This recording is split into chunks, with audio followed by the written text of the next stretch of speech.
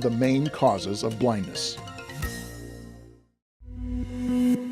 For over 20 years, LASIK has given hundreds of thousands of patients around the world restored vision and reduced dependence on glasses and contact lenses.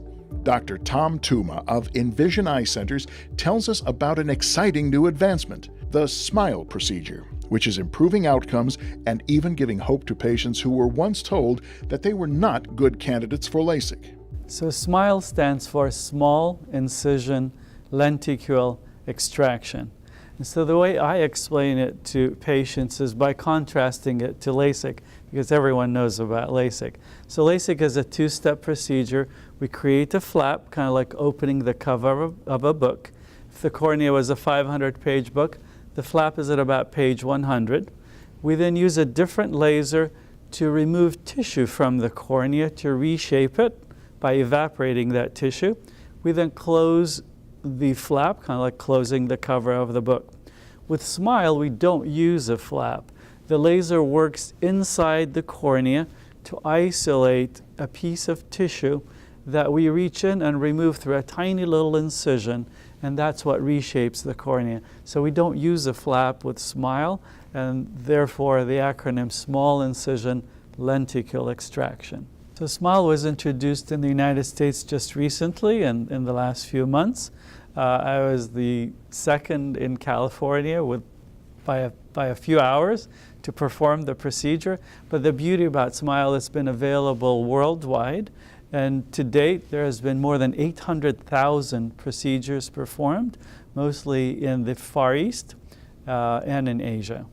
Who is a good candidate for the SMILE procedure? A good candidate for SMILE is the same candidate for LASIK. And so if you're a candidate for LASIK, you're also a good candidate for SMILE.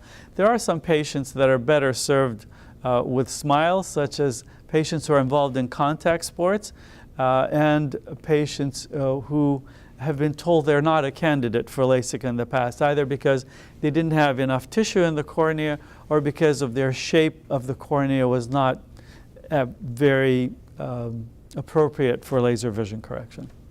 Dr. Tooma discusses what to expect on the day of the procedure and the results. On the day when you're having your SMILE procedure, we give you some relaxing medicine to start with.